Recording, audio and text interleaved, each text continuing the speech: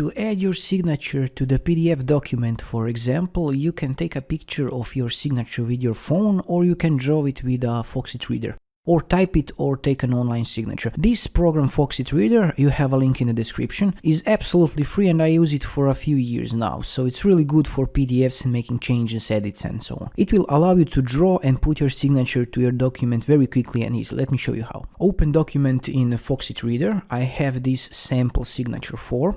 Go to the PDF sign icon and click this green plus button. You can draw your signature like this.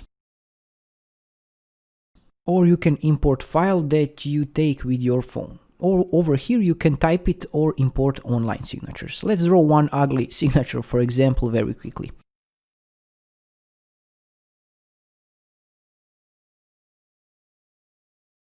When you are done, click Save and choose it up here and just stamp it where you need.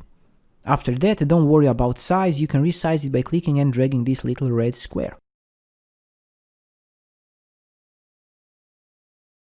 Click Save and it will ask you to apply the signature. Just click Apply All and you are done. Now you can send your PDF file with your signature on. And this is it, a quick video on how to add digital signature to your document. Thanks for watching, drop some comments below if you find this helpful and have a nice day.